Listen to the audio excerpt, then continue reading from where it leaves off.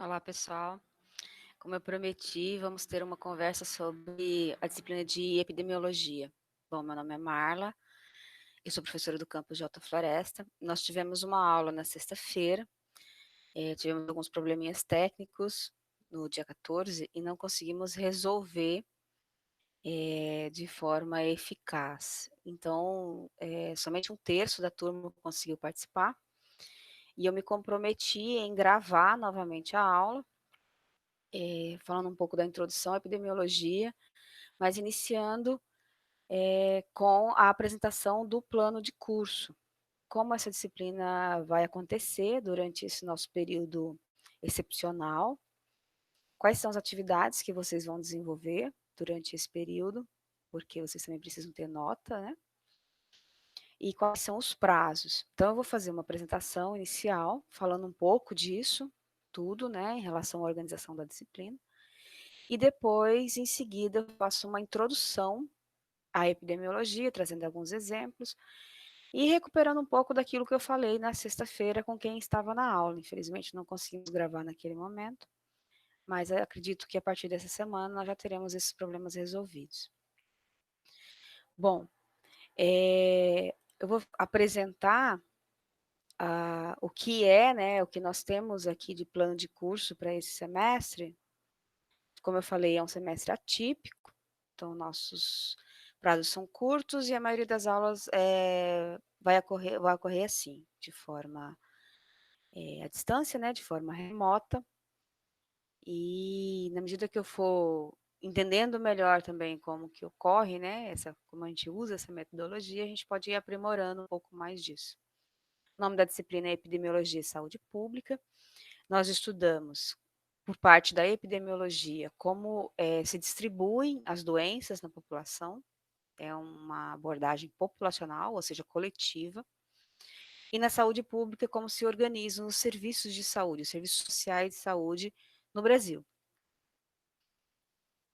Um pouco da ementa da disciplina, nós vamos estudar as bases conceituais da epidemiologia e saúde pública, da vigilância em saúde pública e do Sistema Único de Saúde.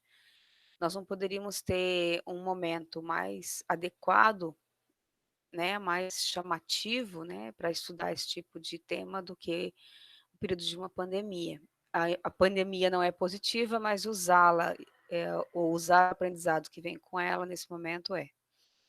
Vamos estudar também processo de saúde e doença, estrutura epidemiológica dos problemas de saúde, então, agente, hospedeiro, ambiente, medidas de frequência, até algumas décadas se focava principalmente as doenças infecciosas. No período mais recente, nós estávamos abordando com maior frequência as doenças crônicas, e agora damos mais um passo, né, ou talvez um passo atrás, e vamos compreender um pouco de novo sobre as doenças infecciosas com a emergência do novo coronavírus.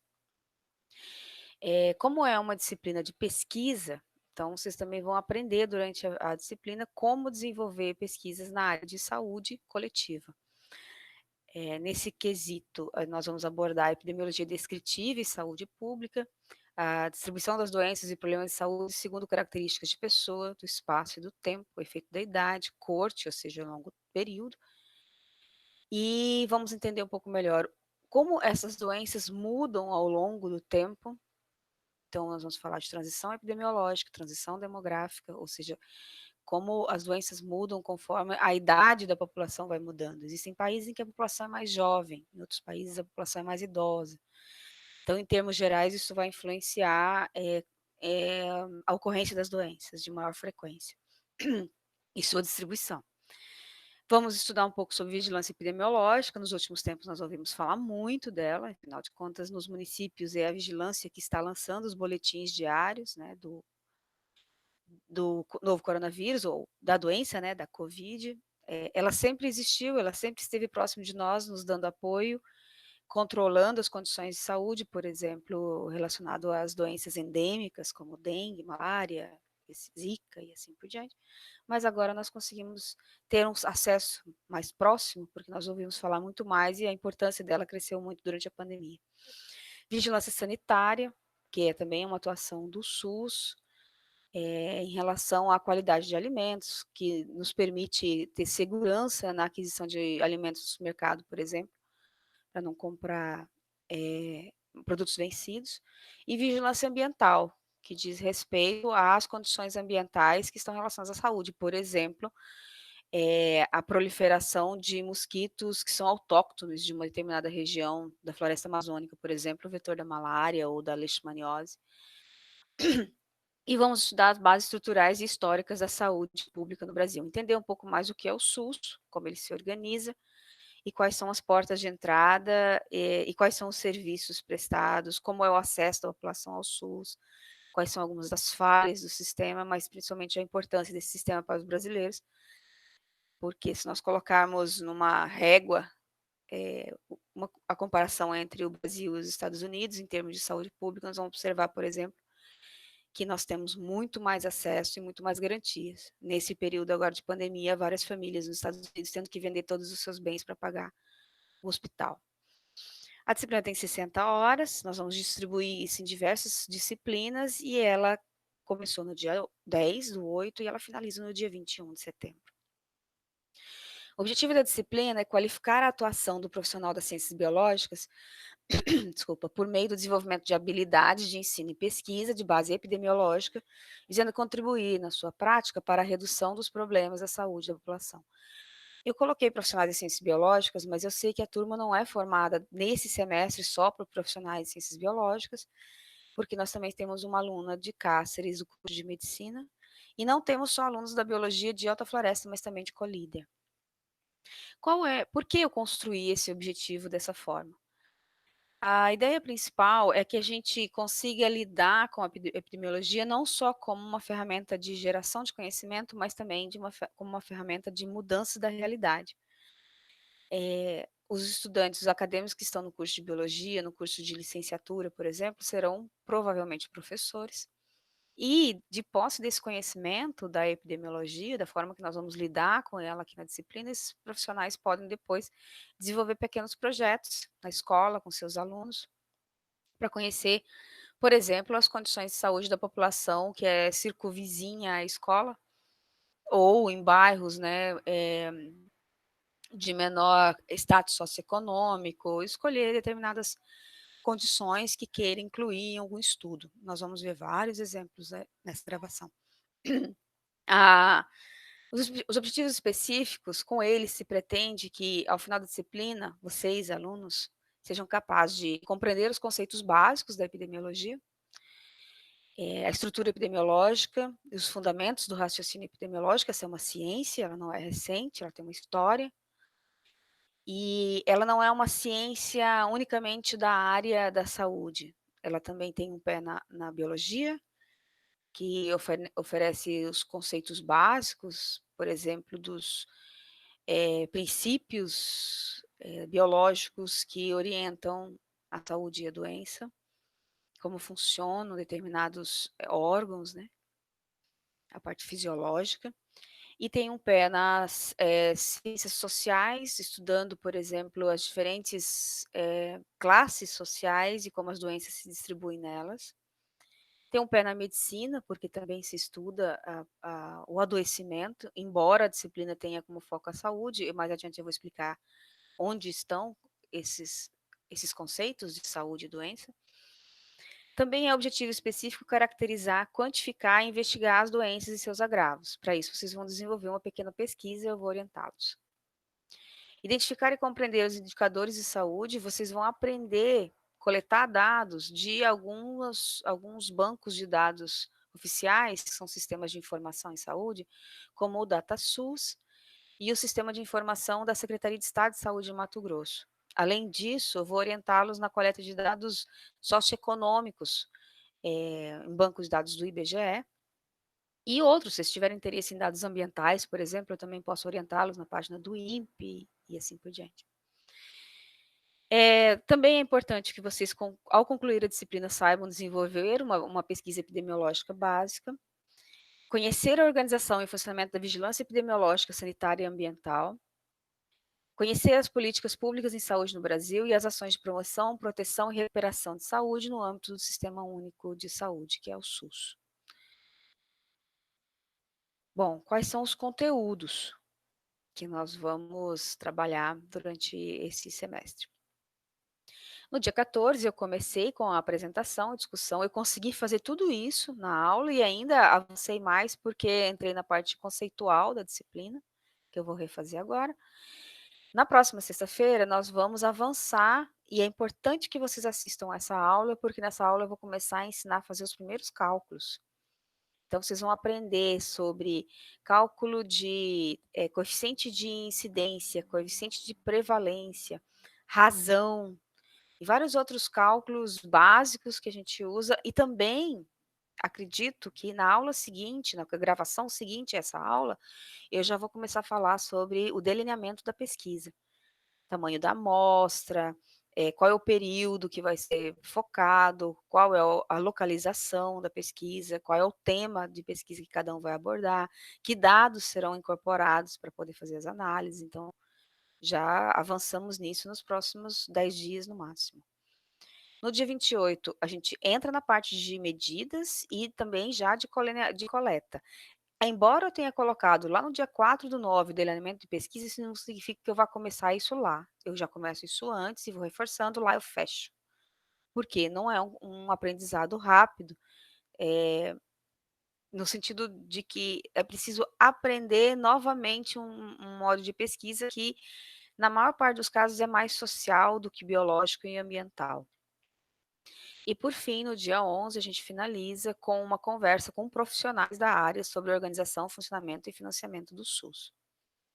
As aulas serão gravadas, em partes e serão a outra parte será realizada por meio de encontros, sempre nas sextas-feiras, das 19 às 21h. 21h. Eu tinha colocado 23 horas no planejamento inicial, mas depois eu recebi uma orientação da Unemat que a gente não trabalhe durante 4 horas, e que grave aulas e deixe à disposição dos alunos. Mesmo as aulas que serão presenciais, elas serão gravadas, serão disponibilizadas no YouTube e eu encaminho para vocês o link para vocês terem acesso. Nós temos um grupo no WhatsApp, que é um lugar de tirar dúvidas, de pedir esclarecimentos, orientações, etc. Eu estou sempre ligada a ele e peço que quando forem falar comigo, falem pelo grupo, usando o grupo, que é mais prático. E temos o SIGA-A, que é uma ferramenta que nós estamos aprendendo a usar, é muito novo, né? Mas não é complexa, ela é simples, com um pouco de insistência a gente consegue entender bastante e tem várias apostilas e vários materiais que foram produzidos para explicar como ele funciona. No SIGA-A, eu vou disponibilizar os materiais, os vídeos, que vai ter uma parte da disciplina que vai ser baseada em vídeos de outros profissionais, as aulas gravadas, no caso dessas aulas gravadas, os links, né, do YouTube, e vocês vão submeter as avaliações. Então, ele serve como uma central de tudo que nós fazemos. Ele vai comprovar que nós estamos executando essa disciplina. Por isso que as avaliações de vocês têm que estar lá. Não podem ser encaminhadas pelo WhatsApp ou por e-mail. O e-mail nós só usaremos como lugar alternativo, caso a gente venha a ter algum problema com o SIGA-A, então a gente pode usar o e-mail, mas eu solicito, né, que vocês tentem evitar e façam tudo pelo SIGA-A. Se tiverem dúvidas de como funciona, de como fazer, eu também posso ajudar. Os vídeos que eu falei que eu vou disponibilizar, que são gravados por outros profissionais, eles terão como tema a vigilância epidemiológica, sanitária e ambiental e a história das políticas de saúde no Brasil e reforma sanitária. As avaliações começam no dia 11 de setembro, que é quando vocês apresentam o delineamento. Observem que lá no cronograma, quando eu coloquei delineamento, que eu vou voltar para vocês verem aqui, coloquei dia 4/9, a aula de delineamento, e no dia 11 eu já peço o projeto. Não daria tempo se vocês não chegassem aqui no dia 4 já sabendo bastante do como qual é a organização desse projeto. Então, por isso que nas aulas anteriores eu já começo a conversar sobre isso. A pesquisa que vocês vão realizar vai ser uma pesquisa com coleta de dados em sistemas de informação. Então, vocês vão formar duplas, essas duplas vão escolher um tema, um lugar, um período, vão escolher como esses dados serão cruzados. Eu vou usar um exemplo, dengue, por exemplo. Professor, eu quero estudar dengue em Alta Floresta no período de 2010 a 2020, 2020 meio complicado, 2010 a 2019, porque 2020 não fechou o ano ainda, né? E eu quero cruzar os dados das ocorrências de doença ou das taxas de incidência, de prevalência, vocês vão entender isso melhor mais para frente. Quero cruzar esses dados com nível socioeconômico ou status socioeconômico. O que é status socioeconômico? São 3 variáveis. Ele inclui renda familiar,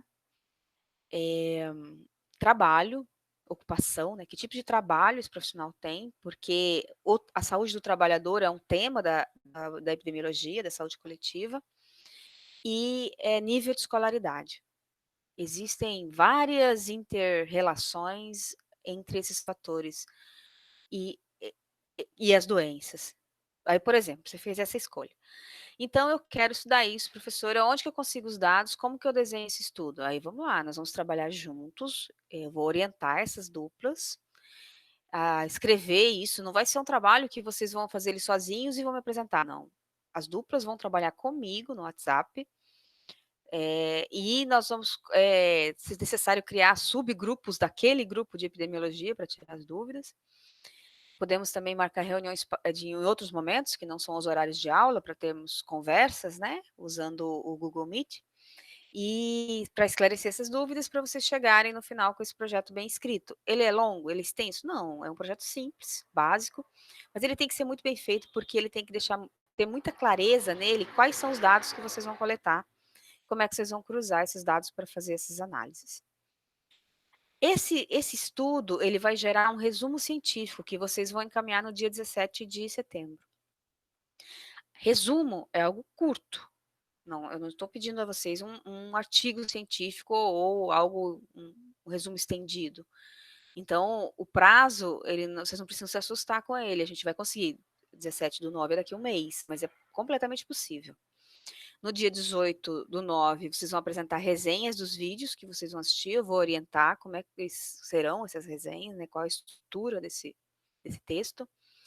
E no dia 21, outras resenhas de outros vídeos. Então, essas são as 4 avaliações do semestre. Observem que são 2 avaliações são em dupla e 2 avaliações são individuais. Lembrando que nesse período de ensino remoto, nós não teremos prova final. E, no caso de alguém vir a reprovar na disciplina, essa disciplina não irá para o currículo. Mas eu espero que vocês sejam todos aprovados. Eu gostaria de chamar atenção para a responsabilidade que nós, professores, estamos assumindo, porque nós estamos aprendendo com esse sistema e temos o compromisso de formar vocês nessas disciplinas. Alguns de vocês podem, por exemplo, escolher a epidemiologia para ser o tema do TCC de vocês, ou talvez, né, da dissertação, ou da tese de doutorado, e essa base aqui, ela precisa ser bem construída. Então, o nosso compromisso, meu e de vocês, ele é grande nesse momento, porque nós estamos criando algo novo, que nós não temos avaliação do processo, não sabemos como ele funciona, mas não podemos perder tempo e nem qualidade. É por isso que demanda muito esforço da nossa parte, para que dê certo, né? Que gere resultados. Bom, o que é epidemiologia? É uma ciência que gera informação em saúde. Ela se diferencia da clínica ou da ciência médica, porque no caso da clínica, as pesquisas são feitas de forma individual. Caso a caso, um médico analisa seus pacientes, ou quem desenvolve pesquisa laboratorial nessa área, por exemplo, ele vai fazer isso também, caso a caso. No caso da epidemiologia, as pesquisas são coletivas. Então, nós analisamos como uma determinada doença ou uma determinada condição, por exemplo, pratica atividade física ou um agravo, como por exemplo um acidente de trânsito ou uma violência doméstica, como eles se comportam numa determinada população, de acordo com as características dessa população. Então, eu posso dividir, fazer comparações da distribuição de vamos supor, acidentes de moto no ano de 2019 em Alta Floresta. Como esses acidentes se distribuem entre a população rural e urbana, é uma forma de análise. Posso incrementar essa análise, como os acidentes se distribuem na zona rural e urbana, de acordo com o sexo masculino ou feminino. ou de acordo com a faixa etária. É mais entre os jovens, é mais entre os idosos, qual é o grupo que está mais exposto e sofre maior risco. Por que serve esse tipo de estudo? É justamente para a gente ter uma noção do risco. Porque com base nessas informações, nós podemos subsidiar ações ou tomada de decisão por parte do serviço público de saúde, principalmente na área da atenção básica, que diz respeito às unidades básicas de saúde, às secretarias municipais de saúde, à vigilância epidemiológica, ambiental e sanitária. Só é possível criar medidas adequadas às condições de uma região ou de uma população quando se conhece, e a epidemiologia faz isso. Por isso que ela é uma ciência que gera informação em saúde. Então, nós podemos ser epidemiologistas ou biólogos epidemiologistas que atuam na pesquisa para publicar, mas nós não podemos ser pessoas que só publicam. Nós temos que saber direcionar esses resultados das pesquisas para eles servirem para provocar mudanças em termos de gestão dos serviços. Tem uma frase que diz que se a doença é uma expressão da vida individual sob circunstâncias desfavoráveis, a epidemia deve ser a expressão dos problemas sociais. Então, com a epidemiologia, nós saímos um pouco da escuridão que nos acompanha durante a vida, que nos faz acreditar que as doenças vêm por um acaso. A epidemiologia desmistifica isso. Elas não estão aqui por um acaso. Elas têm uma forma de distribuição, elas ocorrem mais em determinadas populações, elas provocam mais óbitos em determinadas populações, em determinadas idades, de acordo com o sexo. Eu falei antes da violência doméstica, a maior parte da população afetada é formada por mulheres. E assim, existem vários outros exemplos. Ela também desmistifica, a epidemiologia também faz isso, a ideia de que as doenças são resultados de um pecado ou um castigo divino, que é um pensamento lá da Idade Média, que ainda existe muito na nossa sociedade. Não é o que a pessoa foi durante a vida que vai determinar que doença ela vai ter, por exemplo, na velhice. Nós vamos ver isso com mais detalhes à frente. Aqui são alguns exemplos do que a epidemiologia faz, em termos de pesquisa. Essa primeira tabela que eu mostro a vocês, ela traz informações sobre o número de internações por dengue clássica e dengue hemorrágica entre 2011 e 2015. São dados nacionais coletados no DataSUS. Vocês vão aprender a lidar com esse DataSUS. Aqui eu trago a referência, no final dos slides eu vou colocar todas. Caso vocês tenham interesse, vocês podem pesquisar. Aqui, os anos se distribuem de 2011 a 2015. Aqui o total de internações, observem que o número aumenta. E aqui tem outros cálculos que vocês vão aprender. Mas aqui é para vocês terem uma ideia de como esses estudos são feitos. Então, tem uma localização, isso aqui é uma pesquisa nacional, tem um período, 2011 a 2015, e tem uma doença escolhida. Nesse caso, a dengue.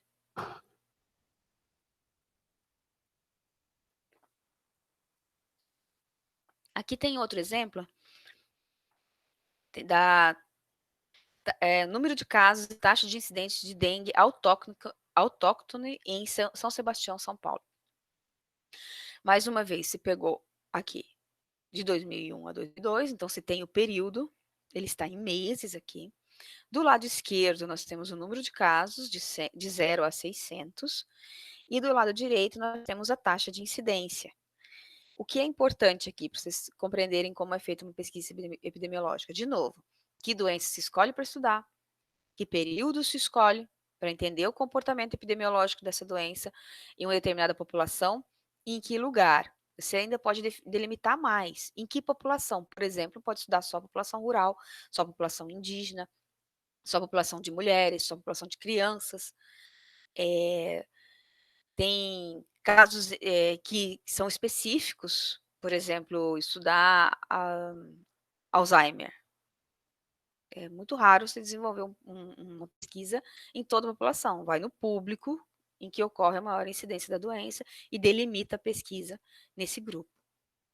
Outro exemplo aqui, taxa de incidência média de dengue nas 25 semanas epidemiológicas. Eu peguei os 3 exemplos de dengue para mostrar para vocês como é possível fazer pesquisas diferentes.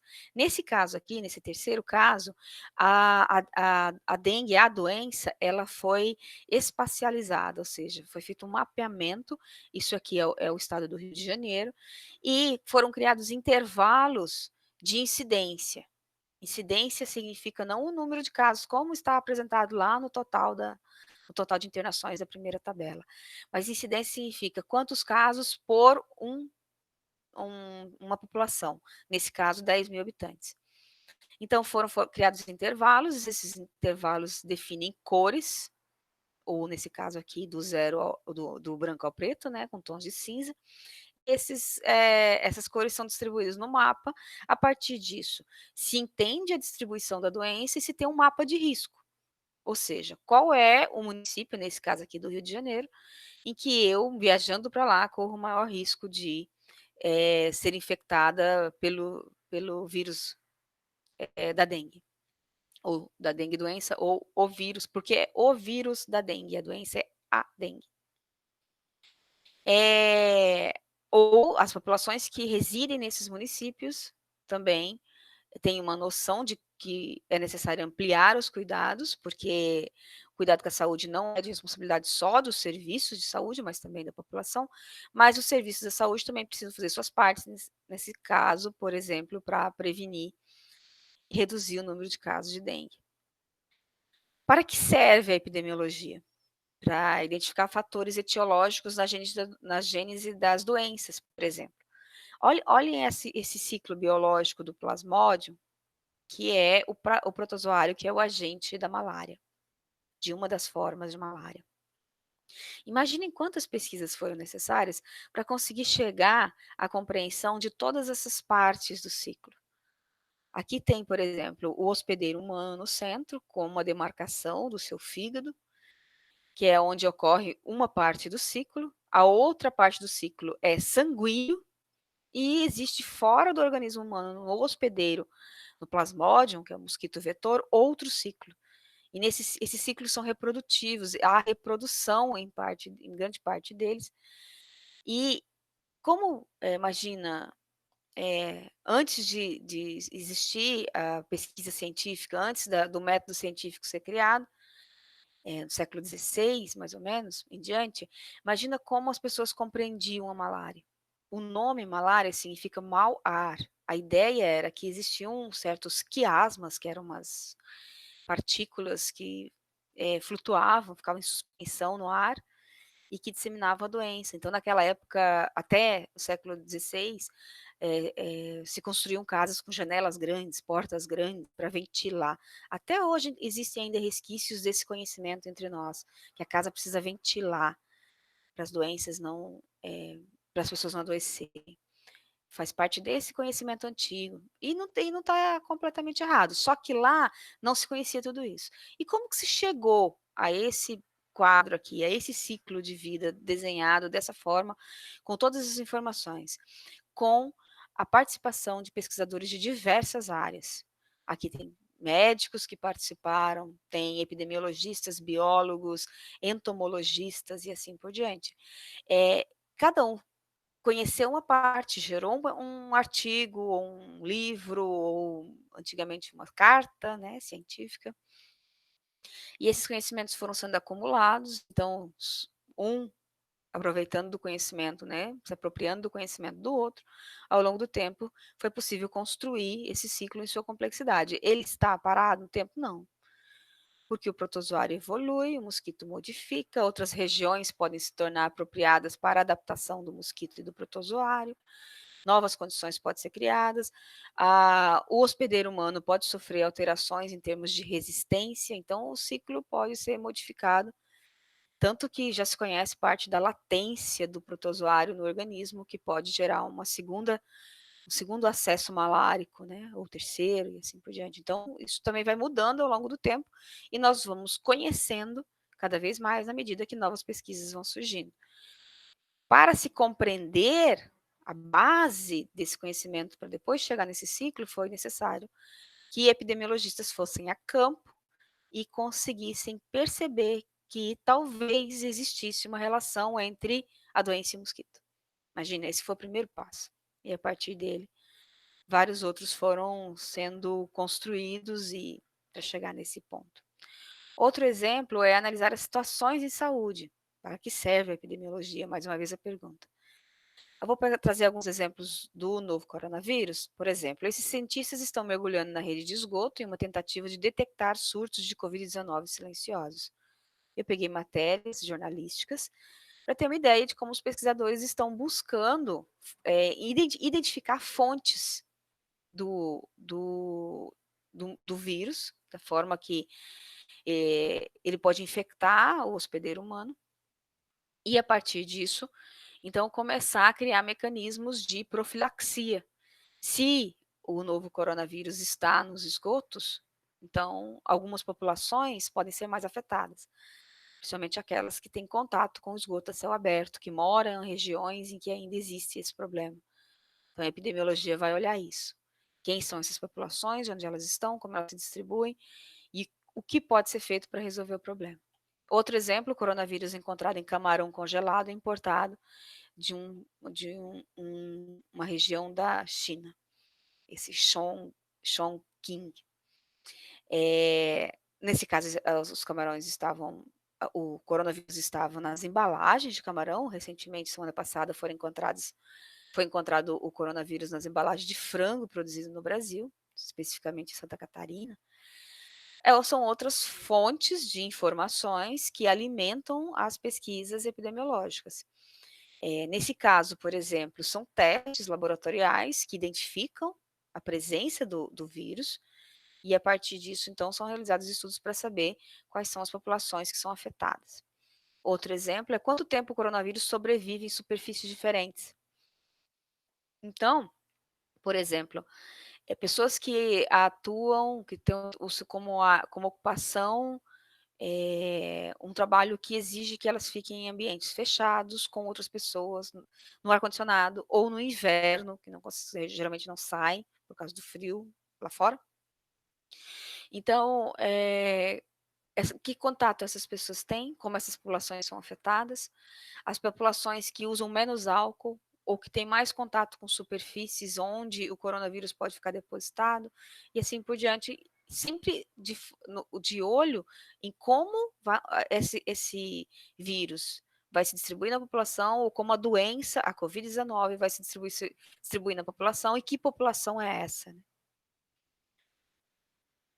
A epidemiologia também serve para identificar os determinantes do processo de saúde e doença e os fatores associados.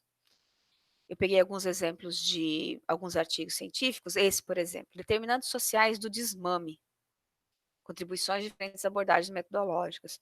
O que faz uma família decidir, ou uma mãe decidir, que não vai amamentar mais, ou que vai amamentar 1 mês, 2 meses, 6 ou 3 anos? Que fatores influenciam? Seria nível de escolaridade? Seria a ocupação? Ela precisa trabalhar, não tem como ela ter a criança junto a ela? Seria a renda? Ela precisa do tempo que ela disponibilizaria ao bebê para trabalhar, para poder ter a renda necessária à família? Seria algum condicionante cultural naquela região onde ela vive? Há décadas ou há séculos, as mães amamentam só 6 meses. Ou alguns outros fatores, por exemplo, crenças de que amamentar vai danificar a estrutura da mama, então a mulher não vai ter seios mais tão bonitos. Ou amamentar ela não pode, porque ela não pode expor a mama em público.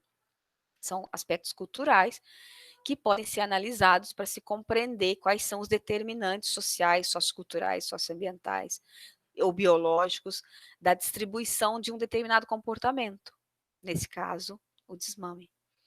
Outro exemplo, os determinantes sociais e biológicos da mortalidade infantil, numa coorte, ou seja, de um estudo de longo prazo, de base populacional em Passo Fundo, Rio Grande do Sul. Então, quais fatores sociais que contribuem para a mortalidade infantil? Essas pessoas têm baixo nível de escolaridade, essas pessoas residem em bairros em que não há saneamento básico, ou essas pessoas têm hábitos que prejudicam a saúde das crianças e ampliam a mortalidade infantil, ou essas pessoas não têm acesso a um serviço de saúde que oriente os cuidados com os bebês e que amplia o risco de morte. Então, são vários fatores, ou essas crianças nascem com uma suscetibilidade maior, e o que amplia o risco de morte e assim por diante. Outro exemplo, determinantes biológicos e socioculturais associados à prática de atividade física de adolescentes. Então, se escolheu a população do estudo, são adolescentes, e agora vai se analisar quem pratica e quem não pratica atividade física e vai se buscar o que está por detrás desse comportamento, o que define esse comportamento. São determinantes biológicos, existem alguns aspectos do organismo desses indivíduos que afeta esse comportamento, ou são determinantes socioculturais, ou são todos eles juntos. Outro exemplo, determinantes ambientais e sociais da esquistossomose Manzoni em Ravenna, Minas Gerais, Brasil. A esquistossomose é uma doença que tem como vetor um caramujo aquático. Geralmente a doença se distribui mais fortemente em lugares onde as pessoas têm acesso a lagoas, a represas, pescam, ou crianças que tomam banho nesses lugares, quando existe o caramujo e quando existe o euminto, que é o agente dessa doença. Então, quem são essas pessoas que têm o maior risco de desenvolver a doença, ou que desenvolvem essa doença com maior frequência? E quais são os fatores que determinam. Então, eu já trouxe alguns exemplos, a presença de lagoas, ou o acesso a lagoas, a açudes e assim por diante, ou determinantes sociais. Será quem são essas crianças, por exemplo, que tomam banho em um açude onde existem esses caramujos? São as crianças com que condições socioeconômicas? É a fundo que se vai investigar para se entender o porquê da distribuição dessa doença nesse local e entre essa população. A parasitologia também serve para avaliar tecnologias e processos no campo da saúde. Exemplo, avaliação da qualidade de conservação de vacinas na atenção primária em saúde. Então, existe já, nesse caso, o uso da ferramenta vacinação imunológica, né, a ferramenta imunológica, para evitar determinada doença entre a população.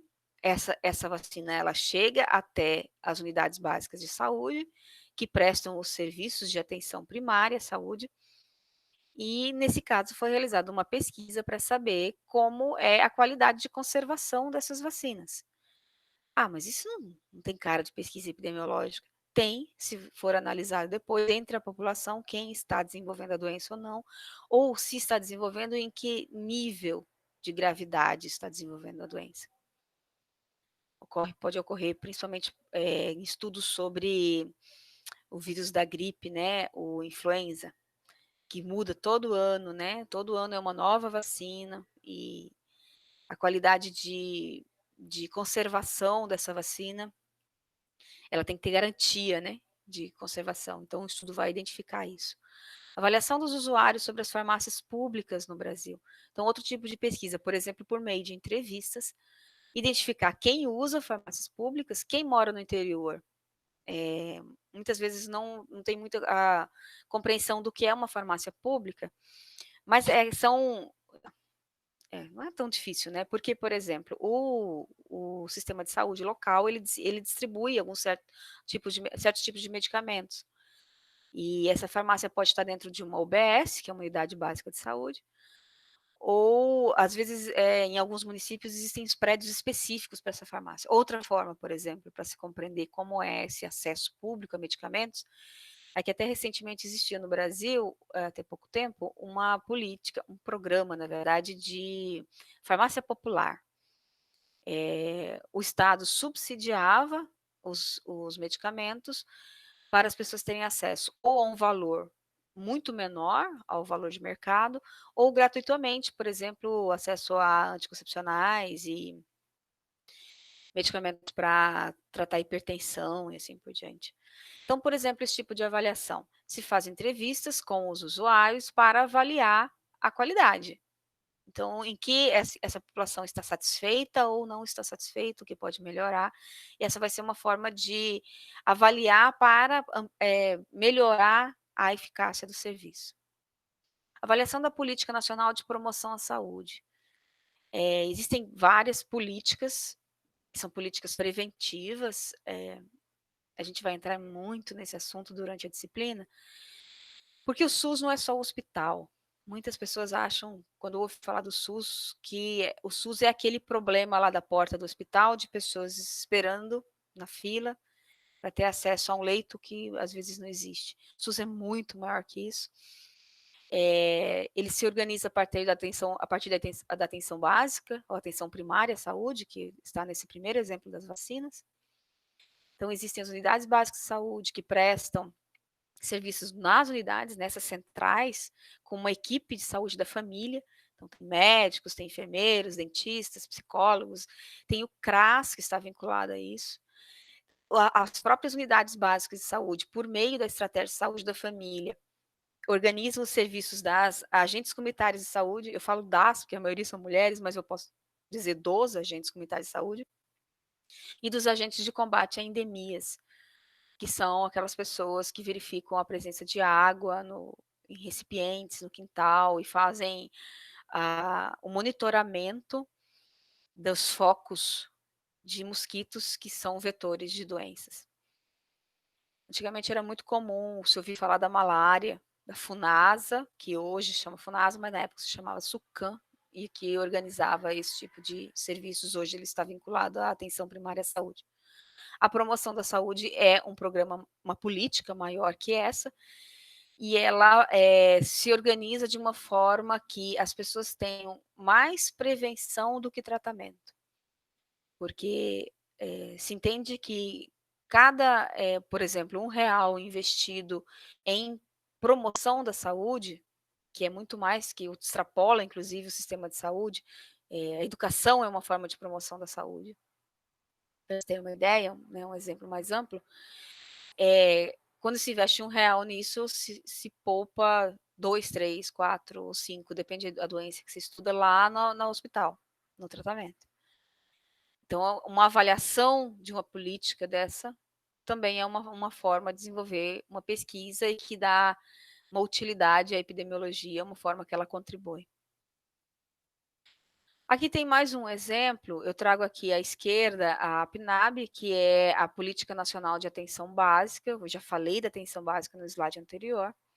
Trago outro exemplo, que é a Política Nacional de Saneamento Básico, embora ela não esteja vinculada diretamente ao Ministério da Saúde, que a anterior está, mas ela é intersetorial, ou seja, não existe saneamento básico só com canos, né, só com estrutura de esgoto e água tratada. Saneamento básico passa também pela educação, passa pela organização comunitária. Um dos aspectos da saúde, para se ter saúde, as relações, diz respeito à forma que nós nos vinculamos em sociedade, os cuidados que existem em família, entre a vizinhança e em uma determinada comunidade.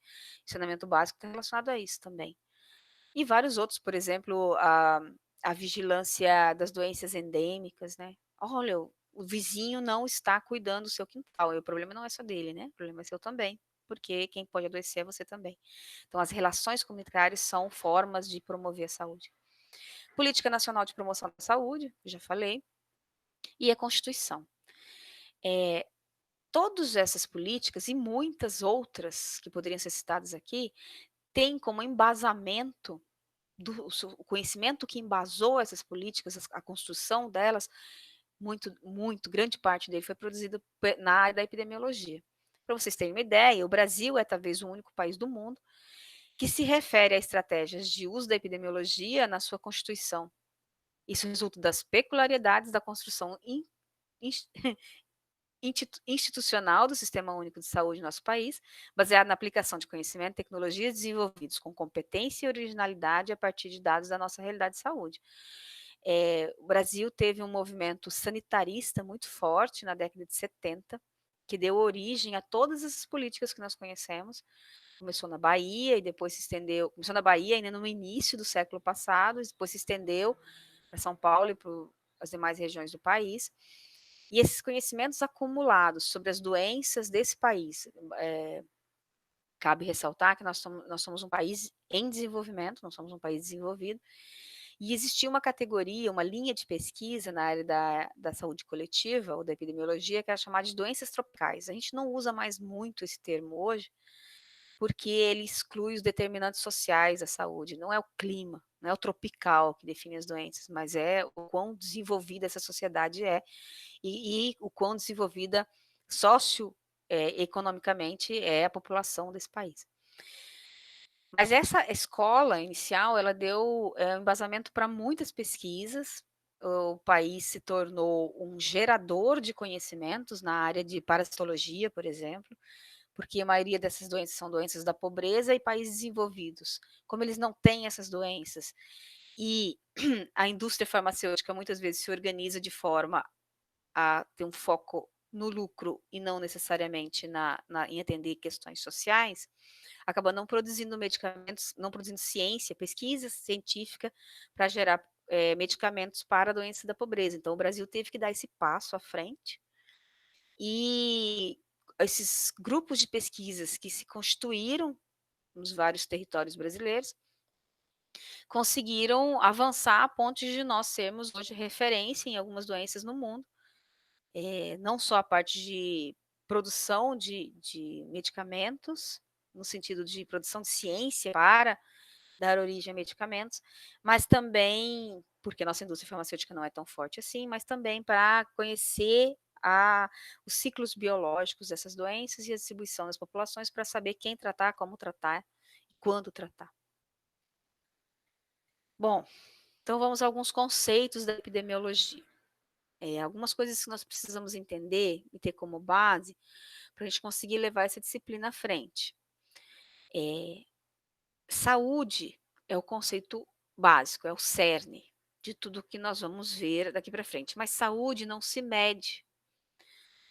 As pesquisas são qualitativas e quantitativas, mas principalmente quantitativas. E saúde é uma expressão que pode ser sociocultural.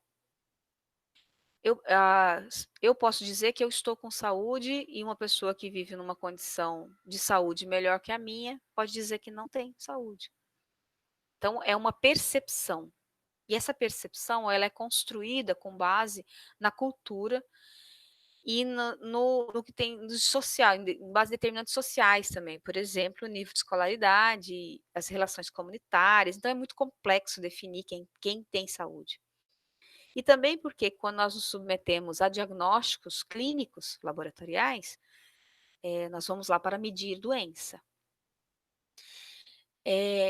A OMS, a Organização Mundial de Saúde, reconhece desde final dos anos 40 do século passado que a saúde é um estado de completo bem-estar físico, mental e social. Agora eu pergunto a vocês conseguem ter todos os dias ou durante o dia todo um completo estado de bem-estar físico, mental e social? Todo mundo zen, tranquilo, tá tudo perfeito, maravilhoso durante meses. Complicado, né? Porque a saúde depende de paz, renda, habitação, educação, alimentação adequada, ambiente saudável, recursos sustentáveis, equidade, ou seja, uma distribuição uniforme e justa. Depende de justiça social, porque uma família tem muito em termos econômicos e a outra não tem. Porque uma região é muito desenvolvida e a outra não é. Porque uma determinada população tem acesso a serviços de qualidade de saúde e a outra não tem. Mesmo que se nós considerarmos a estrutura dos serviços de saúde públicos e particulares. Por que determinadas populações têm uma longevidade maior? Então, essas desigualdades em saúde, elas são problemas para a saúde individual. Então, acredito que se vocês pensarem comigo, vão perceber que ter saúde é algo muito difícil de se medir. E é até difícil de nós verbalizarmos isso. Eu estou com saúde agora, nesse instante. Passou meia hora, já não estou mais com saúde, com tanta saúde, né? É bem difícil. Por isso que a gente acaba focando nas doenças, porque elas são passíveis de serem mensuradas. seja por meio de diagnósticos clínicos, então, por exemplo, testes rápidos de glicemia, é uma coleta de sangue, uma gotinha de sangue, pronto, você tem um resultado.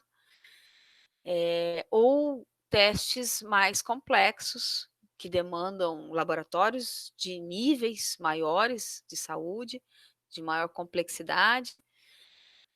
Em alguns casos demandam exames que nós não temos nem condições de pagar, então tamanha é a complexidade, mas que permitem que a gente tenha uma noção de quanto está a nossa saúde. Nesse caso, de como está a nossa saúde. Nesse caso, nós olhamos a saúde como ausência de doença. Isso empobrece muito o que é saúde.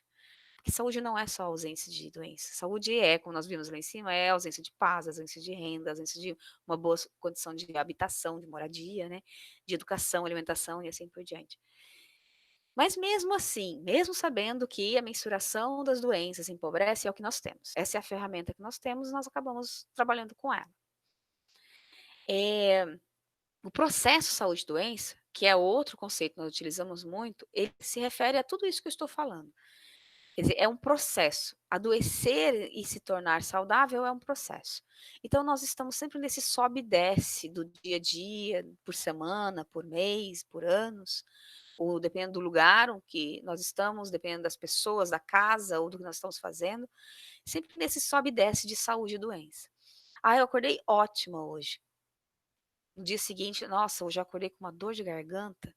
Quer dizer, a sua saúde e a sua doença, elas estão competindo dentro de você, digamos assim, para ver quem se estabelece. E por isso nós chamamos isso de processo, porque não conseguimos lidar com a ideia de que estamos completamente saudáveis ou completamente doentes. Mesmo num estágio de doença, há alguns aspectos que estão saudáveis. Estou com um problema no fígado, tenho uma doença no fígado, o restante do teu organismo está saudável. Não, mas eu só estarei saudável quando tudo estiver saudável dentro de mim. Vamos começar a medir? Vamos começar a fazer um check-up? Alguma coisa talvez a gente encontre. E aí a tua saúde não estará lá. Então, sem querer levar vocês à loucura, mas é para vocês terem uma ideia de como é que esses fatores são difíceis de serem medidos. Desculpa. Olha aí o problema. Não é coronavírus. Determinantes sociais da saúde. Esse conceito, ele é muito usado na América Latina. Não quer dizer que ele não existe nas demais partes ou nos demais países ou continentes do mundo, mas ele é muito comum aqui porque nós somos um país, ou somos países em desenvolvimento, e grande parte dos problemas de saúde, das doenças, dos agravos da saúde, se distribui entre as populações mais pobres. Então, se estuda quais são os fatores sociais, econômicos, culturais, étnicos, raciais, psicológicos e comportamentais que influenciam a ocorrência de problemas de saúde e seus fatores de risco na população. Observem que aqui existem determinantes que são coletivos, por exemplo, fatores sociais. Quando em um determinado bairro de uma cidade a população tem um nível baixo de escolaridade, existem nessa população pessoas que têm um nível maior de escolaridade, mas na média, aquele bairro tende a demonstrar ter uma certa característica, ou seja, existe um determinante coletivo ali. A mesma coisa acontece com os fatores econômicos, geralmente nas periferias as populações são mais pobres, têm uma renda mais baixa, né? A classe social mais baixa. Fatores culturais, que são extremamente complexos, por exemplo, no Brasil, até hoje, existe uma população rural imensa que não usa filtro de água. E a água, eles não têm acesso à água tratada. Então, isso é um problema para essas populações.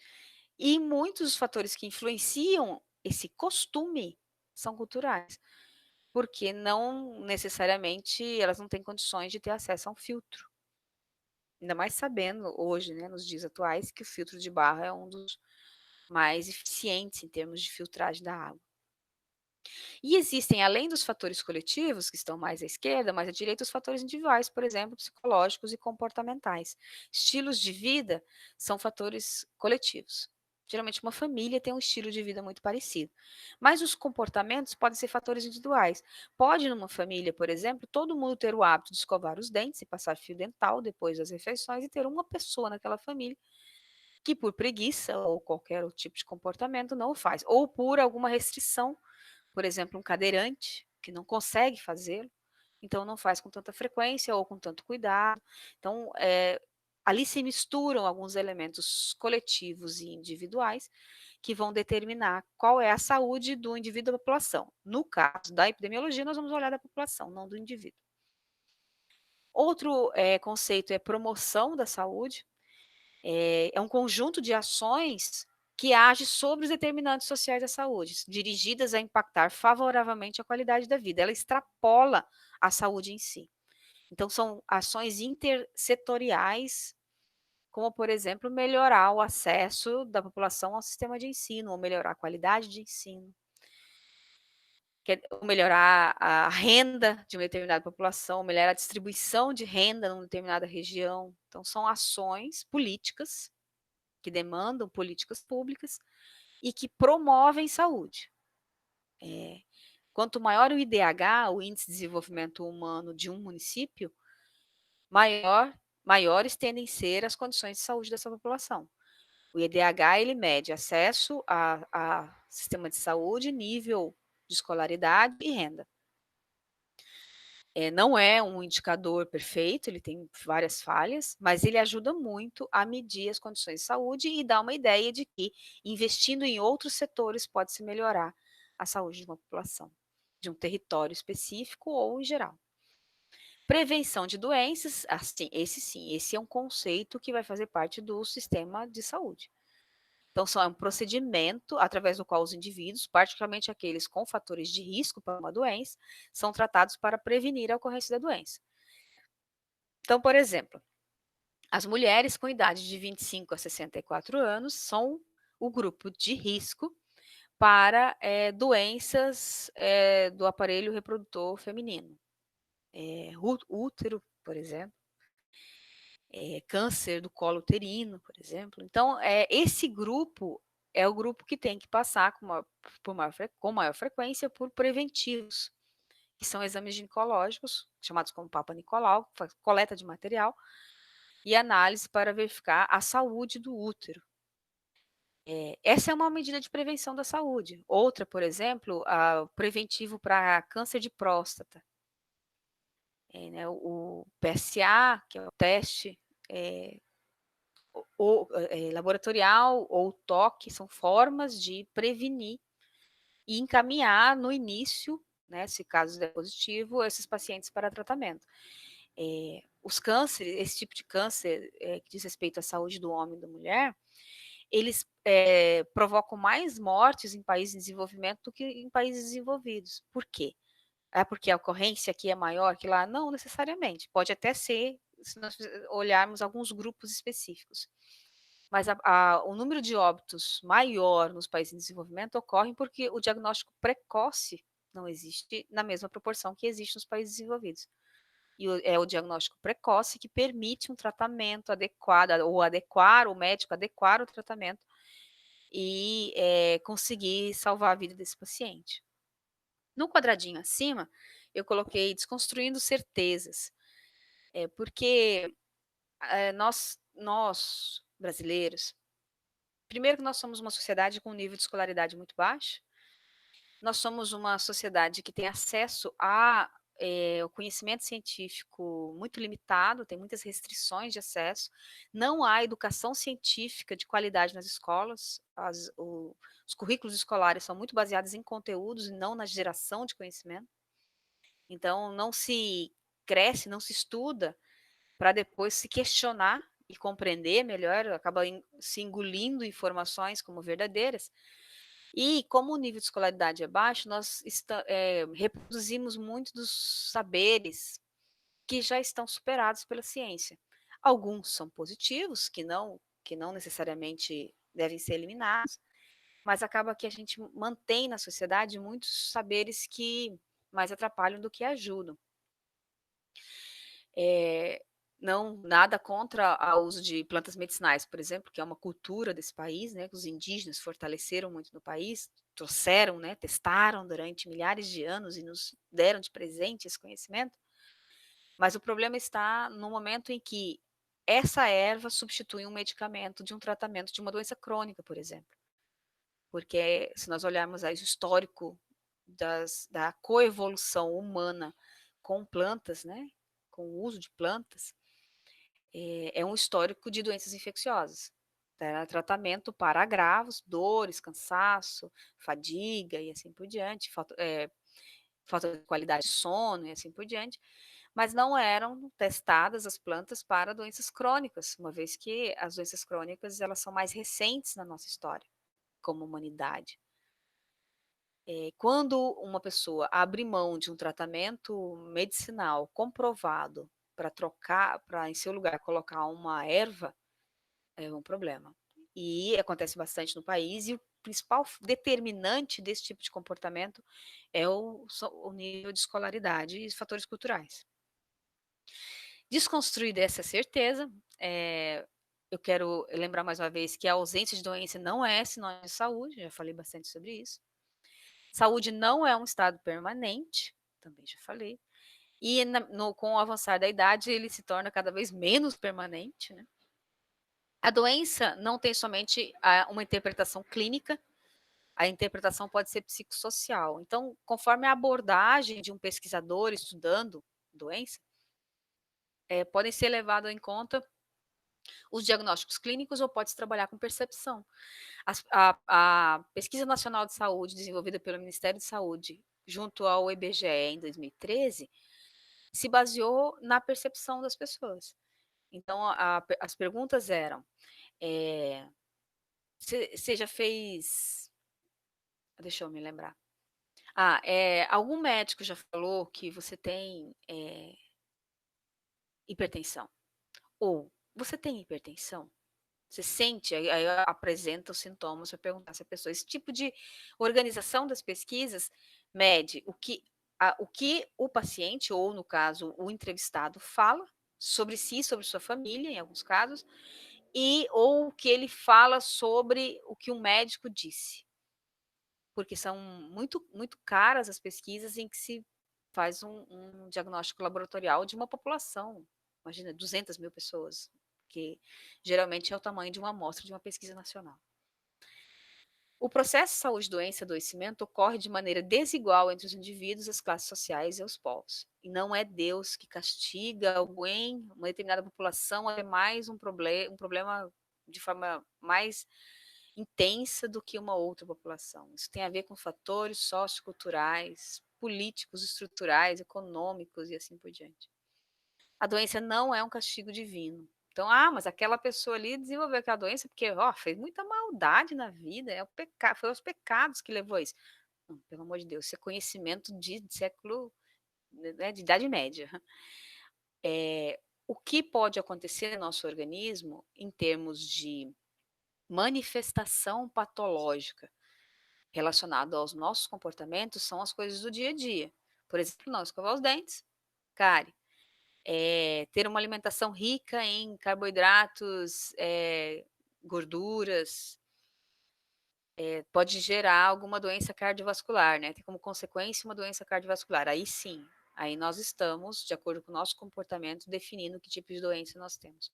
Se nós cairmos, continuarmos reproduzindo essa ideia de que alguém está sendo castigado com uma doença, nós vamos cair na mesma lógica da expulsão das pessoas com hanseníase das vilas durante a Idade Média, porque eles eram pecadores.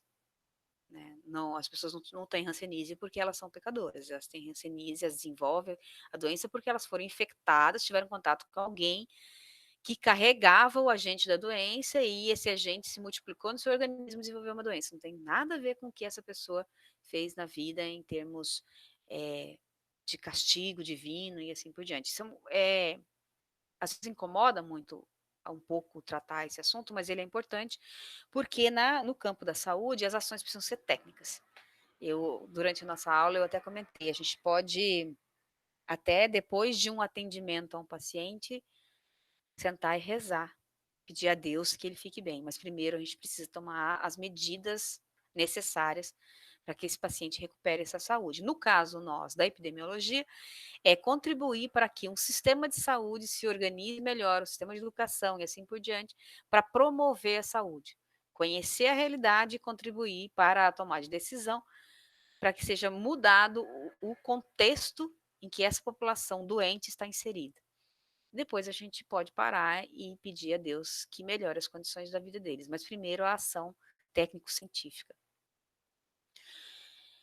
Bom, eu já estou avançando na aula, eu espero que vocês não tenham grandes dúvidas, porque espero estar explicando bem para vocês compreenderem, mas se tiverem, anotem durante a aula, vão anotando tudo, depois da nossa aula presencial eu esclareço as dúvidas, ou mandem áudios ou textos no nosso grupo WhatsApp, que eu vou esclarecendo também com áudios e textos. Posso também passar algumas sugestões de leitura.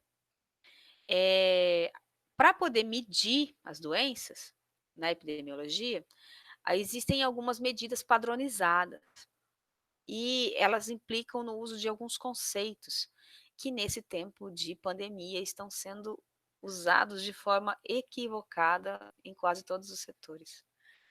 No início, principalmente, da pandemia, o que se ouvia na mídia era uma bagunça total. Não se entendia o que significam os números. E outra coisa que aconteceu durante a pandemia, como muitas pessoas de diferentes áreas do conhecimento começaram a investir em pesquisas na área de epidemiologia, saíram algumas coisas meio bizarras, assim. Eu até brinquei, falei, antes todos eram técnicos de futebol, agora todo mundo é epidemiologista, né? E é importante que nós, que estamos nos dedicando a esse estudo, saibamos usar os conceitos adequados. Então, primeira coisa, que tipo de medida? Como é que a gente vai medir a ocorrência de doenças, agravos e óbitos? Lembrando que a gente também pode medir os comportamentos, os riscos e assim por diante. Primeiro, fazendo algumas perguntas. O que afeta a saúde da população? Por exemplo, a região norte de Mato Grosso é uma região de grande taxa de incidência de doenças respiratórias causadas pela exposição à fumaça de incêndios florestais. Então, a pergunta: o que afeta a saúde da população? No caso das doenças respiratórias em alta floresta, é mais a poluição atmosférica causada pelas queimadas do que a população atmosférica causada, por exemplo, pelo uso de automóveis ou pela geração de poluentes pela indústria. Já pronto, já conseguimos, nesse caso, se nós delimitássemos uma pesquisa nesse sentido, já conseguiríamos ter uma resposta. O que afeta a saúde da população, nesse caso, das doenças respiratórias, são as queimadas. Em que medida isso ocorre? Então, quando tem mais fumaça. Quando é que tem mais fumaça? Vamos à pesquisa. Quando é que aumenta a contaminação do ar na região norte de Mato Grosso e causa danos ao sistema respiratório? Então, há já alguns indícios, a gente pode gerar uma hipótese, né? Isso acontece principalmente no período da seca. No final da período da seca é mais frequente, né? Há alguns anos em que a seca não é tão intensa, então não há tantos problemas respiratórios, assim nós vamos gerando hipóteses que podem depois ser averiguadas em campo para ver se nós conseguimos confirmá-las ou refutá-las. O que provoca óbitos? No caso das doenças respiratórias, mais uma vez, usando como exemplo, a falta de acesso ao serviço de saúde, a falta de acesso a um tratamento, ou a alta exposição ao ar contaminado. Quem morre nesse caso? A pergunta seguinte: como se distribuem as doenças e os óbitos na população segundo as condições de vida? As doenças respiratórias levam a óbito principalmente as crianças e os idosos, que são os grupos mais vulneráveis. A gente ainda pode investigar que crianças e que idosos, de onde, que condições socioeconômicas eles vivem. Eles são rurais ou são urbanos? São populações indígenas? São populações ribeirinhas? São negros ou brancos? São escolarizados ou não? Então, podemos avançar dividindo essa pesquisa desculpa, em vários outros segmentos. Minha garganta está secando. O que pode ser feito para evitar o adoecimento e os óbitos? E aí vem o momento em que a pesquisa, o resultado da pesquisa serve para alguma coisa. Nós vamos dar uma utilidade a esses resultados. A epidemiologia não existe só como ciência básica, ela é uma ciência comprometida com a mudança social. Isso significa mudança da sociedade. Então, alguns quadradinhos que eu acrescentei aqui, para a gente ter algumas informações sobre essa lente. O modo de viver a vida e as relações sociais guardam relações com o nível de saúde. Nós vivemos um período histórico de muita pressa, de muita urgência. Tanto que nós vivemos sem paciência. As coisas não dão certo, as coisas não funcionam como nós gostaríamos, elas não acontecem no tempo que nós gostaríamos, nós acumulamos ansiedade porque nós queremos trazer o futuro para o presente. E nós vamos acumulando problemas de saúde, dores de cabeça, dores no corpo, tensão, e nós vamos acumulando medicamentos. Então, toma um relaxante muscular, toma um analgésico, toma, né? A gente vai criando o problema e solucionando esse problema no dia a dia, e empurrando com a barriga, digamos assim, sem mexer na origem do problema. Muitas vezes porque nós não conseguimos, nós precisamos trabalhar, nós precisamos terreno, nós precisamos ser alguém na vida, porque a nossa cultura nos ensina que nós temos que crescer economicamente, né? E várias pressões externas, a pressão da família, a pressão dos vizinhos, a pressão da igreja, a pressão de vários lugares que nos colocam nesse ritmo de vida que nos adoece. Então, é importante nós refletirmos sobre isso, sobre o que nos adoece e principalmente ter um olhar em longo prazo.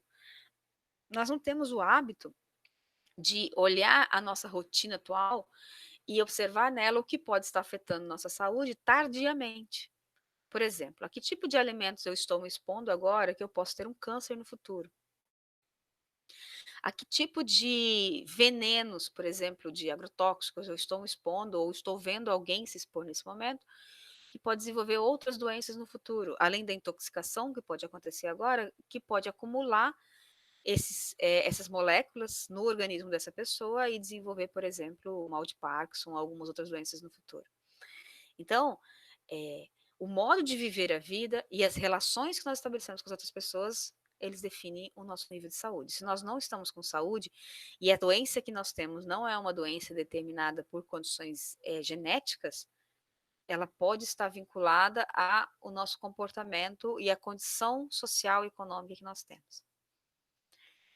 A doença pode ser medida em sua frequência e analisada em sua distribuição como passo essencial para compreender o nível de saúde de uma população. Que é o que eu falei nesses slides anteriores. Nós não conseguimos medir saúde, então vamos medir doença. Nós vamos ter alguns indicativos de como está a qualidade da saúde da população que estamos investigando. Por fim, objetivos das pesquisas incluem identificar grupos que estejam sob maior risco, indicar possíveis causas e produzir informações que auxiliam no controle das enfermidades e na avaliação dos resultados das ações e serviços em saúde. De novo, o que eu venho falando ao longo dos slides. Epidemiologia é uma ciência comprometida com a mudança da realidade.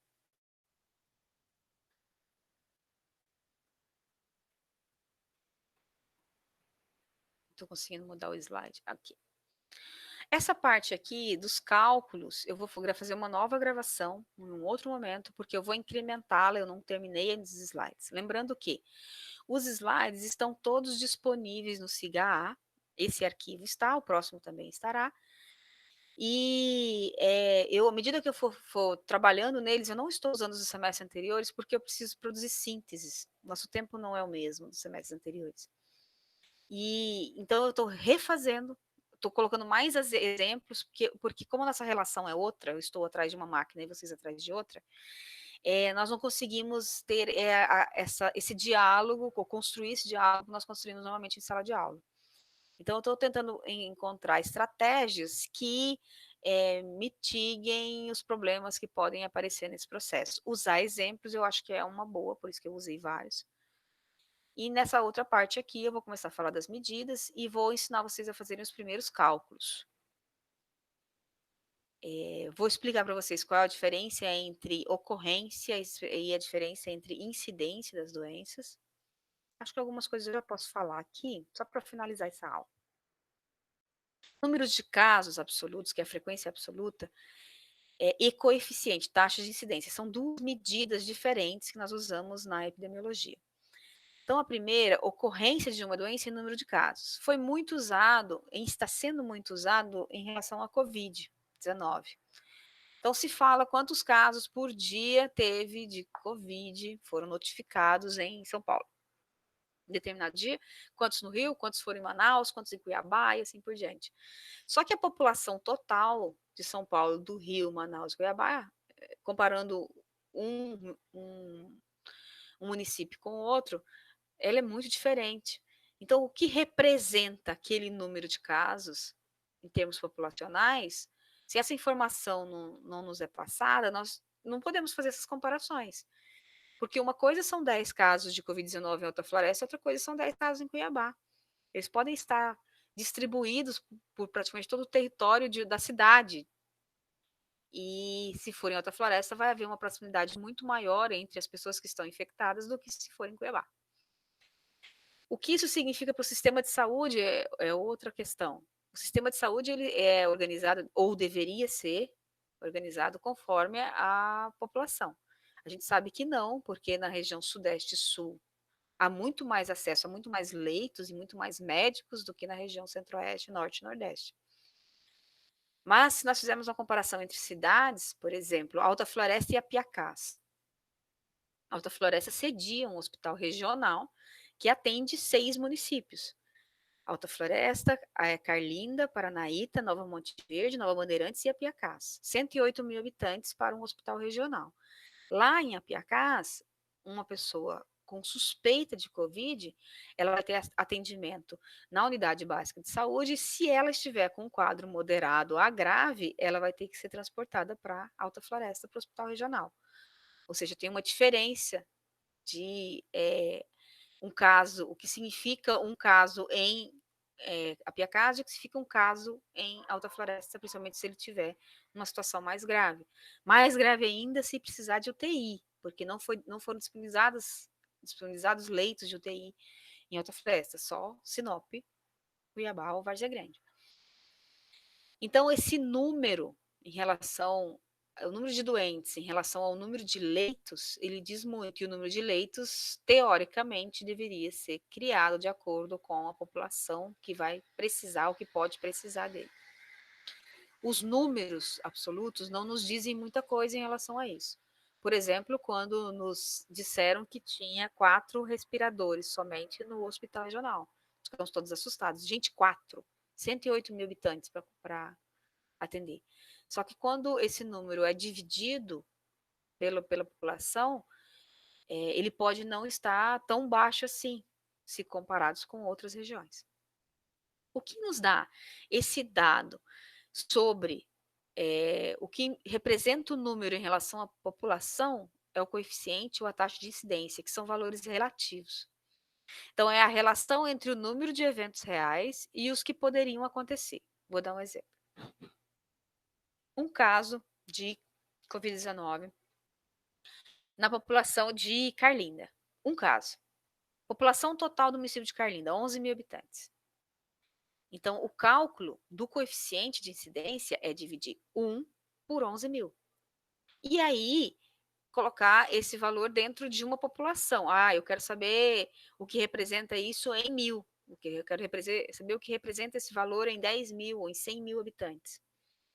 Se eu faço esse cálculo para Carlinda e faço outro cálculo para Alta Floresta, outro para Paranaíta e assim por diante, eu posso comparar esses municípios, porque todos vão ter sido relativizados. Por exemplo, se lá em Alta Floresta são 0,1 casos por 10 mil habitantes, em Alta Floresta se lá em Carlinda são 0,1 casos por 10 mil habitantes, e lá em Alta Floresta são 0,5 casos por mil habitantes, lá em Paranaíta são 2 casos por mil habitantes, o 1.000 habitantes é minha régua. E as diferenças, então, das taxas vão me dizer quais são os municípios de maior risco e de menor risco. essa base de cálculo, ela divide a ocorrência de casos de óbito, doença, saúde, é colocado no numerador, a base de referência populacional, nesse caso nós estamos usando a população do município, porque são todos os habitantes que estão expostos ao vírus e que podem vir a adoecer por ele. E a base de referência temporal, que não está inserida aqui na fórmula, mas, por exemplo, o número de casos durante a primeira semana de julho. Então, é o tempo que nós vamos somar todos os dados, os números de casos daquele tempo que nós definimos. Mas tem outras formas. Eu estou usando a COVID como exemplo. Vamos pegar câncer de mama. Vamos supor que existam, que existiram, né, que foram diagnosticados em 2019, 26 casos de câncer de mama em Alta Floresta. Esse é o número de eventos. Para eu calcular a taxa de incidência, eu preciso dividir esse número de casos pelo total da população. Toda a população pode ter câncer de mama? Não, só as mulheres. Teoricamente, porque existe câncer de mama masculino também. Mas, teoricamente, as mulheres. Então, no numerador, eu vou colocar o número de casos de câncer que foi diagnosticado, e no denominador, eu vou colocar a população feminina do município. E onde eu pego esse dado? No IBGE. Lá existe estimativa e número real. O número real é do censo de 2010, então está longe. Então, geralmente, nós trabalhamos com a estimativa do ano. Lá tem estimativa de 2019. No IBGE Cidades, vocês vão aprender a coletar esse dado. E aí, dividimos o numerador pelo denominador e, então, nós vamos ter a informação de qual é o número de casos naquela população de 1.000, 10.000, 100.000, que é o número que nós vamos multiplicar depois de ter feito a divisão. E vamos ter esses indicadores. Eu vou mostrar alguns exemplos. Esse é um artigo científico que estudou, uma pesquisa científica que estudou a incidência de tuberculose e a taxa de cura no Brasil de 2000 a 2004. Olha os resultados. Houve gradual acréscimo no número de casos novos e na taxa de incidência, lembra? Calculou de acordo com a população, de TB, que é tuberculose no Brasil, no período de 2000 a 2003. Em 2004, observou-se discreta diminuição desses valores, perfazendo um total de 74.540 casos novos. Isso é ocorrência. Isso é número absoluto. E taxa de 41 casos para 100 mil habitantes. Isso é taxa de incidência. Então, se pegou esses 74.540, se dividiu pela população do país, que esse estudo é nacional. Por que não se colocou só a população de mulheres, de homens, de crianças, de idosos? Porque tuberculose, toda a população pode, teoricamente, ser infectada. Então, se pegou o número total de casos, se dividiu pelo número total da população brasileira e fez vezes 100 mil habitantes, vezes 100 mil. Aí você chegou ao resultado de 41. Então, 41 casos dividido por 100 mil, então dividido não, por 100 mil habitantes, é a taxa ou coeficiente de incidência de tuberculose, era em 2004. Outro exemplo, incidência de fratura de quadril em área urbana do Nordeste brasileiro. Então, se coletou esses dados, ou num sistema de informações, ou nas próprias secretarias de saúde. Existem alguns lugares em que nem tudo está informatizado, então, às vezes, é preciso recorrer a fichinhas, fazer levantamento, jogar no Excel e começar tudo do zero, como se fazia há uma década ou mais. Por exemplo, esses resultados aqui. Na tabela, taxa de incidência de fratura de quadril por sexo e faixa etária. Fortaleza, Ceará, Brasil, no período de 2001 a 2002, julho a julho. Observem que sempre tem aqui no enunciado o que está se estudando. Nesse caso, é um agravo à saúde, não é uma doença, fratura do quadril. Está se estudando, nesse caso, por sexo e faixa etária. Se identifica o local, Fortaleza, e o período de estudo. Na tabela, eu marquei aqui em vermelho, na primeira coluna foi exposto a faixa etária, então, os vários intervalos de faixa etária. Na segunda, o total de casos, entre mulheres e entre homens. Na última, lá em lilás, eu coloquei a incidência. Na do meio, que eu não marquei, tem a população de Fortaleza. Então, o que eles fizeram? 2 casos de fratura em homens, dividido por 45.889, que é a população, deu 0,43. Esses casos são por 10.000 habitantes. Observe aqui embaixo.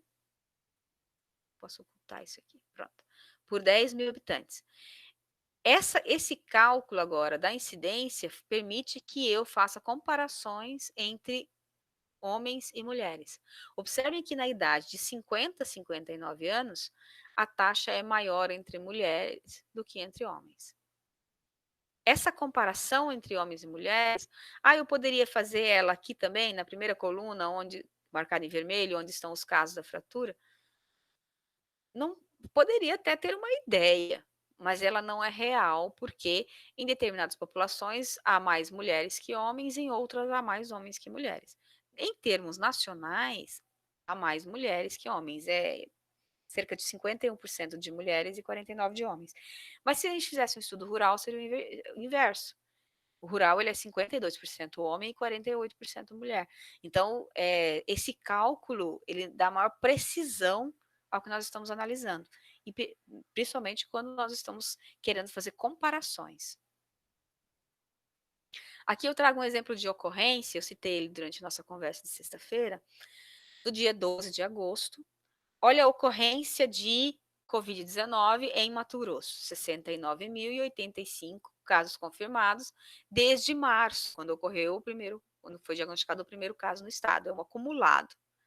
Se ocorrência, se eu comparar esse dado aqui com a ocorrência de Covid em São Paulo, esse número não me diz nada, nem o de lá nem o daqui, porque as populações são diferentes. Embora caiba a gente lembrar que é super importante, nós estamos falando de vidas. E quando nós falamos de óbitos, por exemplo, aqui embaixo, 2.264, são 2.264 vidas perdidas, pessoas que poderiam estar entre seus familiares e as pessoas que as amavam, se não fosse a Covid. E se não fossem as ações governamentais que faltaram para controlar a doença ou reduzir o número de óbitos. Esse número 2.200, ele é altíssimo quando a gente olha o número de pessoas que foram perdidas, né, de vidas que foram perdidas. Mas ele é pequeno se nós compararmos com o número de vidas que foram perdidas em São Paulo. Por isso, nós calculamos taxas de incidência. Então, a taxa permite realizar comparações entre diferentes tempos e lugares, não só lugares. É um indicador usado para organizar a gestão e os serviços de saúde. Esse primeiro gráfico, aqui está em vermelho, de abril a final de maio, mais ou menos, o número de casos positivos que foram diagnosticados. Está aqui, ó. Em azul está a previsão de como esses dados, esse número de casos poderia aumentar. Aqui estamos falando de número de casos. Na coluna de 0 a 5, número de casos, vezes 10 elevado a 4. Então, essa taxa, esse cálculo, eles nos permitem também fazer previsões no momento em que nós vamos acompanhando como os casos diagnosticados evoluem. Então, dá para fazer comparações entre o tempo, apesar daqui estar colocado o número de casos, mas eu trouxe para vocês terem uma ideia. Abaixo tem um mapa que foi construído por uma equipe nossa de um projeto do campus de Alta Floresta, que consta a distribuição da Covid-19 nos municípios do território Baixo Tapajós. Lembra quando eu falei para vocês que o Hospital Regional atende 6 municípios? É um território da saúde, e ele é chamado de Baixo Tapajós. A sede é em Alta Floresta. Eu não tenho aqui o dia exato a que esse dado se refere, ele é um acúmulo, né, de dados, eu não sei até quando ele foi acumulado, mas mostra que Paranaíta era um lugar de maior risco no Baixo Tapajós. Foram criados intervalos e os casos foram calculados por 1.000 habitantes, ou seja, se pegou o número de doentes de Paranaíta, dividiu pelos quase 11.000 habitantes, pouco mais de 11.000, se não me engano, de Paranaíta, e fez vezes, que foi usado aqui, 1.000 habitantes. Então, se teve aqui a taxa de incidência da Covid e é o que permite comparações. Mais uma vez, se nós tivéssemos usado a ocorrência, os números absolutos, e fizéssemos um mapa assim, como tem vários lugares que fizeram, né, várias matérias jornalísticas e inclusive universidades fazendo mapas com números, eles não nos dizem muita coisa, a não ser que nós estejamos querendo fazer uma comparação entre o número de vidas perdidas, mas não é muito a abordagem da epidemiologia. Não quero entrar nisso aqui agora. Esse aqui vai ficar para a próxima aula, porque é um pouco mais complexo e eu vou começar a ensinar vocês a fazer cálculos. Então, nós encerramos essa aula aqui. Eu vou fechar os slides, interromper essa apresentação. E quero me deixar à disposição, né, para poder ajudar vocês a tirar dúvidas. Eu lamento profundamente que eu não esteja vendo vocês, e no momento em que vocês estarão vendo os slides, vocês também não estarão me vendo. Então, não vou ver o tanto que eu gesticulei aqui, o tanto que eu fiz de conta que eu estava em sala de aula e fiz de conta que eu estivesse conversando com vocês. Todas as dúvidas eu estou à disposição para esclarecer. Tudo que vocês precisarem, eu estou aqui para ajudá-los. E quando vocês tiverem curiosidades ou tiverem lido alguma coisa que interessou, que chamou atenção, quiserem compartilhar, o nosso grupo lá no WhatsApp também serve para isso. Vamos criar estímulos, porque não tem sido um momento fácil, né? Estar com a família sob risco, principalmente quem tem pessoas idosas na família sabe do que eu estou falando. Não nos deixa muito tranquilos, não dormimos tão tranquilos quanto antes, não podemos sair de casa praticamente, estamos tendo que tomar vários cuidados e não estamos tendo acesso a várias coisas que nós tínhamos anteriormente, por exemplo, restaurantes, né, supermercados, com a mesma leveza que nós íamos àqueles ambientes antes. Isso torna esse período difícil e nós temos que criar mecanismos para deixar mais fácil. Então, eu espero que vocês fiquem bem, se cuidem, e se tiverem dúvidas sobre doenças mais além da Covid e outras, se eu puder ajudar, eu estou aqui à disposição. Tá bom? Se cuidem e deem notícias sempre. Lembre-se de acompanhar as aulas no período em que elas são postadas para vocês, porque vai acumular. É mais um mês de aula que nós temos, praticamente. E é muita coisa que não pode se deixar para a última hora, senão vocês podem não conseguir acompanhar. Já comecem a pensar com quem vocês querem formar dupla e já comecem a pensar qual é o tema que vocês querem estudar, que nas próximas aulas já começo a compartilhar com vocês as formas de acessar os dados. Eu quero estudar Covid mesmo, não, eu quero estudar dengue, não, eu quero estudar bicho de pé. Doença que vocês quiserem, desde que essa informação esteja disponível, porque nem todas as doenças têm notificação compulsória, então tem dados que a gente não encontra. Mas tem vários outros dados que estão disponíveis. Comecem já a pensar, criem plano A, B, se o primeiro não tiver, o outro pode ter. E no momento que eu falar, ok, essa doença é possível ter acesso aos dados dela, vocês já podem começar a ler sobre o assunto. Lembrando que o resumo que vocês vão produzir durante a disciplina, ele vai ser apresentado como nota, né, como uma das avaliações. Ele pode depois ser apresentado na Semana da Biologia ou em qualquer outro evento. E se vocês tiverem interesse em dar sequência ao estudo, eu continuo orientando vocês mesmo depois que finaliza a disciplina. Então, vocês podem transformar isso em um artigo, por exemplo, para um congresso ou para uma revista. Eu sempre me coloco à disposição, porque eu acho interessante que vocês, eu gosto do interesse de vocês pela área. E, além disso, é uma forma de nós produzirmos conhecimentos que podem ser depois disponibilizados para o sistema de saúde. Nesse momento da pandemia, o sistema de saúde se abriu muito, nós tivemos várias participações, a Unemat está contribuindo diretamente com o sistema de saúde da região, principalmente Alta Floresta, plano de contingência, vários outros documentos, a Unemat esteve presente construindo. E tem uma possibilidade de vocês, então, contribuírem, né? Também em outras áreas que não necessariamente a Covid, mas as portas estão abertas e precisamos aproveitar esses momentos porque nem sempre a ciência é tão bem vista, né, tão bem recebida. Agora está. Então fiquem bem e vamos conversando. tá bom? Espero que a aula tenha sido boa, proveitosa, e se vocês tiverem sugestões para as próximas aulas, podem me passar. Tipo, professora, está falando muito rápido, professora, está muito lento. Se bem que foi muito lento, vocês vão assistir no YouTube, vocês podem acelerar a fala lá. Ah, professora, a gente gostaria de um podcast. Posso fazer também. Ah, professora, nós gostaríamos de te ver falando e a gente vai passando o slide em casa. Daí a gente usa as duas ferramentas e a gente te vê falando. Pode ser também. Ah, professora, cria outro mecanismo.